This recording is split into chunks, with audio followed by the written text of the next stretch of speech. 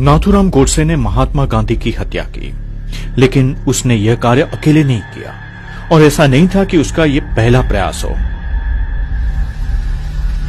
RSS ने हमेशा गांधी जी और स्वतंत्रता संग्राम सहित उनके हर निर्णय का विरोध किया है।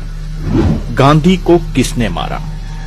1920 हेडगेवार, जो बाद में आरएसएस के प्रमुख बने, उन्होंने गांधी द्वारा अपनाए गए असहयोग आंदोलन जैसे कार्यक्रमों का विरोध किया और उसमें भाग नहीं लिया।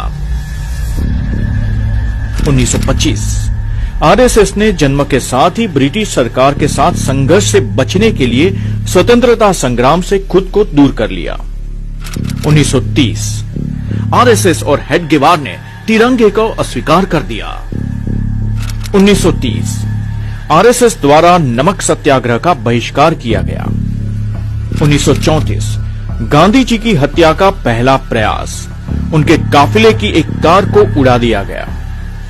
1940 गोलवलकर ने धर्म और संस्कृति की रक्षा के जरिए आजादी हासिल करने का संकल्प लिया, न कि अंग्रेजों से लड़कर। 1942 आरएसएस ने भारत छोड़ो आंदोलन का हिस्सा बनने से इनकार कर दिया। जुलाई 1944 पुणे में एक प्रार्थना सभा में आरएसएस और हिंदू महासभा के सदस्य गोडसे ने गांधी जी को खंजर से मारने की कोशिश की। जुलाई 1947 आरएसएस ने राष्ट्रीय ध्वज को अस्वीकार कर दिया और कहा, भारतीय तिरंगा कभी भी सम्मान का हकदार नहीं होगा। 20 जनवरी 1948 गोडसे के साथ ही मदनलाल ने उस मंच को बम से उड़ाने की योजना बनाई जहां गांधी जी को बैठाया गया था। 30 जनवरी 1948 आरएसएस और हिंदू महासभा के सदस्य नाथूराम गोडसे द्वारा महात्मा गांधी की हत्या कर दी।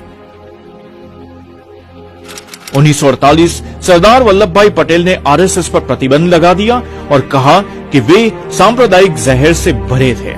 इस जहर की अंतिम परिणति के रूप में देश को गांधी जी के मूल्यवान जीवन का बलिदान देना पड़ा।